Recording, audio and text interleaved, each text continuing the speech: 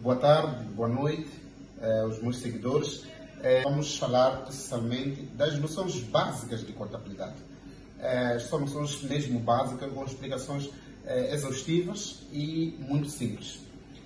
Hoje, em contabilidade, iremos falar de bens, direitos e obrigações.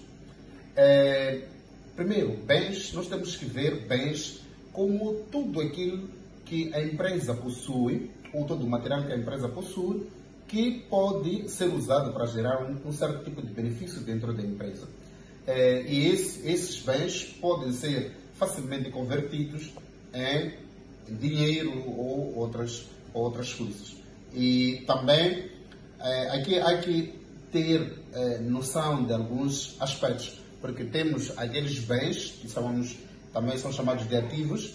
Ativos têm ativos correntes e tem aqueles não correntes. E também temos direitos. Direitos, o que seriam? Direitos é tudo aquilo que a empresa tem por receber de outras empresas ou de outros indivíduos e que é um benefício para a própria empresa. Isto é um ativo para a empresa também, mas que ainda não está na sua própria posse. Isto é, vai receber ou ainda vai utilizar para gerar benefício na empresa. E temos obrigações. Obrigações que seriam, poucas palavras, seriam as dívidas que a empresa tem para com as outras entidades ou alguns custos ou alguma coisa relacionada a isso que a empresa tem para com as outras entidades, digamos, de fora. Esse que é o ponto essencial deste vídeo. Agora, quando nós falamos de bens, estamos a falar dos ativos. Quando nós falamos de direitos, também estamos falando dos ativos. Quando nos referimos às obrigações, nós estamos a nos referir àquilo que é o passivo da empresa. Há que tomar em consideração que existe aquilo que é a fórmula geral de contabilidade, que é o patrimônio da empresa. Então, o que seria o patrimônio da empresa? O patrimônio da empresa seria constituído por um conjunto de bens, direitos e um conjunto de obrigações. Então, para nós sabermos o que é aquilo que é o patrimônio líquido da empresa, é necessário somarmos os bens, os direitos e subtrairmos as obrigações. Aqui passo a fórmula geral de contabilidade, aquela que vai nortear várias atividades de contabilidade nos próximos vídeos. Aqui também gostaria de frisar alguns aspectos relacionados ao plano de contas, partindo desses pressupostos de bens, direitos e obrigações. Conforme eu dizia que os bens e os direitos constituem o ativo da empresa e as obrigações constituem o passivo da empresa.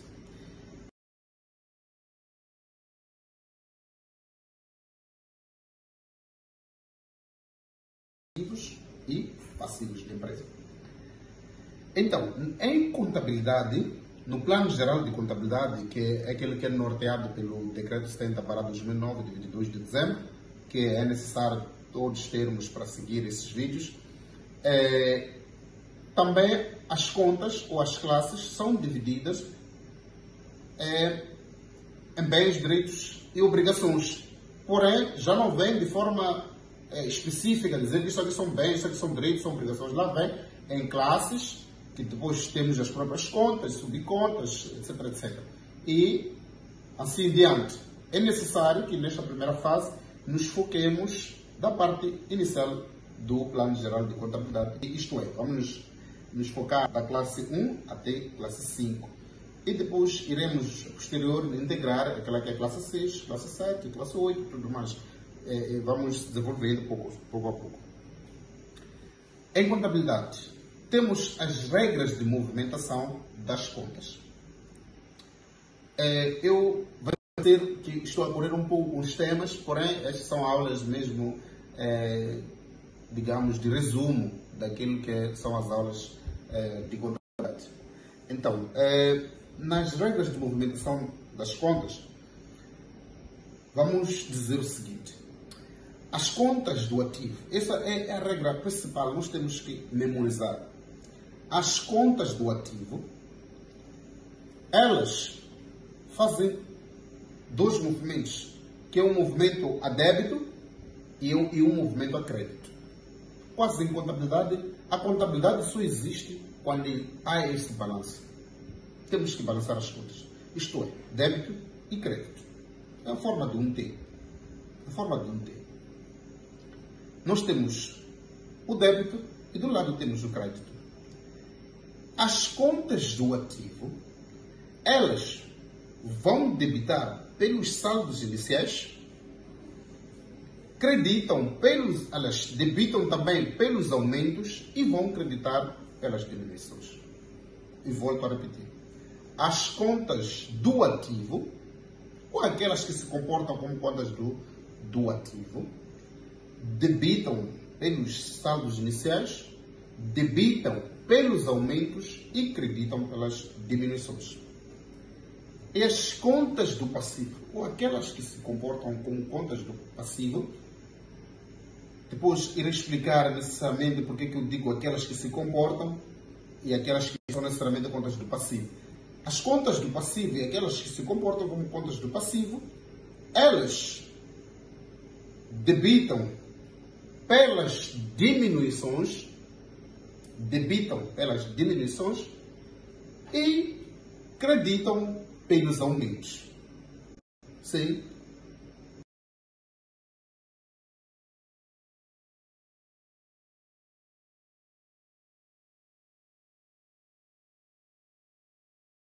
As contas do passivo, elas têm uma tendência contrária em termos de movimentação. Elas, quando diminuem, vão lançar a débito.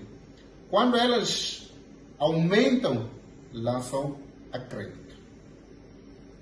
Vou passar aqui um exemplo de um caso que poderemos acompanhar atentamente estes tipos de comportamentos.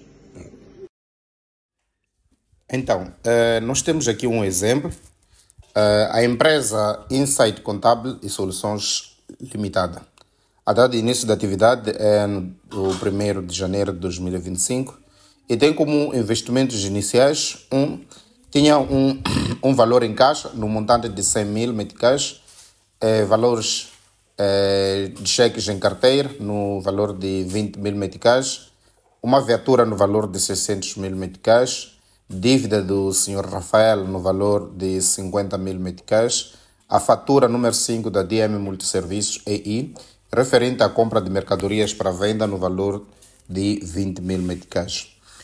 Pretende-se a classificação dos investimentos em bens, direitos e obrigações e, assim como calcular o patrimônio líquido da empresa, indicando o valor dos ativos e do passivo.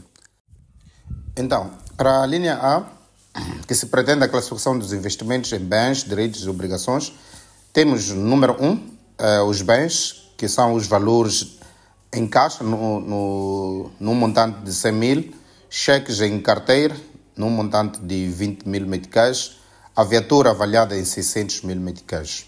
Direitos, temos como direito o dinheiro que nós temos que receber do Sr. Rafael, a dívida que ele tem com a nossa empresa. Então, é um direito, porque nós não temos na nossa posse, porém ele deverá nos dar.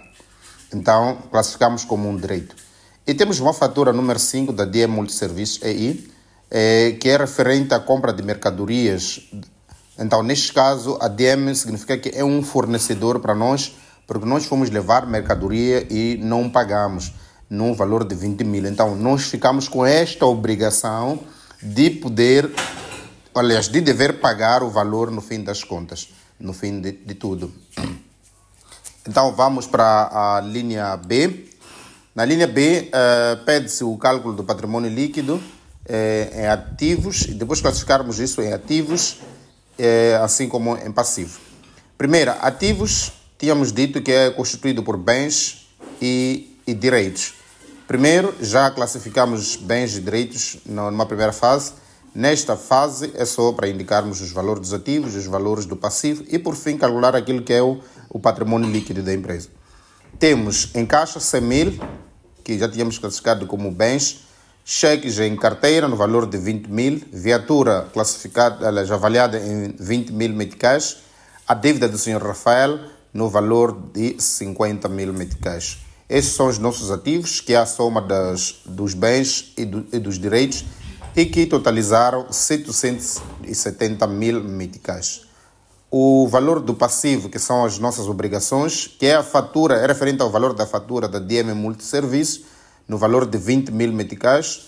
E para o cálculo do patrimônio líquido, já tinha dito que o patrimônio líquido da empresa é dado pela pela soma de bens mais direitos menos as obrigações, que neste caso, bens e direitos constituem o nosso ativo e as obrigações constituem o nosso passivo. Neste caso, teríamos patrimônio líquido igual a ativo menos passivo, e que já sabemos qual é o valor do ativo, que são 770 mil, que já calculamos numa primeira fase, e também o valor das obrigações são 20 mil, e por fim o nosso patrimônio líquido é de 750 mil meticais. Então, para a linha C, somos solicitados a classificar essas operações de acordo com o nosso plano de contas, que teremos um vídeo mesmo específico a falarmos do plano de contas. Porém, para este caso, para este exercício, vamos abordar de uma forma muito superficial.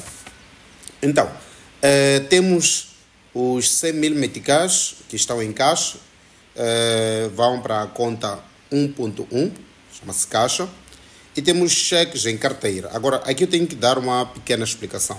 Quando falamos de cheques, à primeira vista, nós temos a ideia de bancos, de cheques, são cheques estão relacionados com o banco.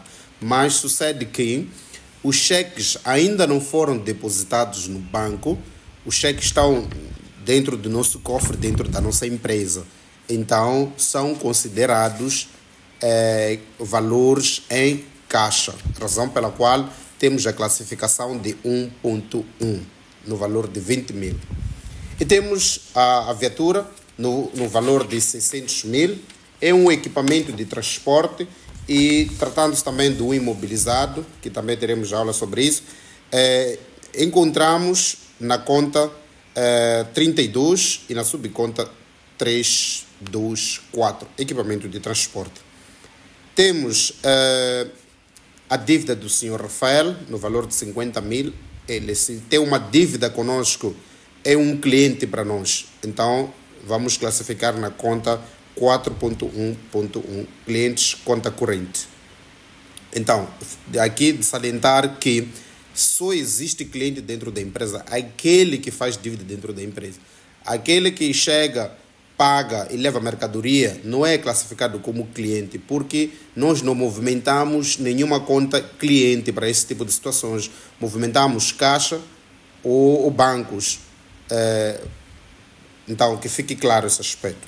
E acontece também a mesma coisa com o fornecedor. O fornecedor é aquela pessoa que nós vamos levar as coisas e não pagamos, vamos pagar a posterior, ou pagamentos a prazo, assim que é.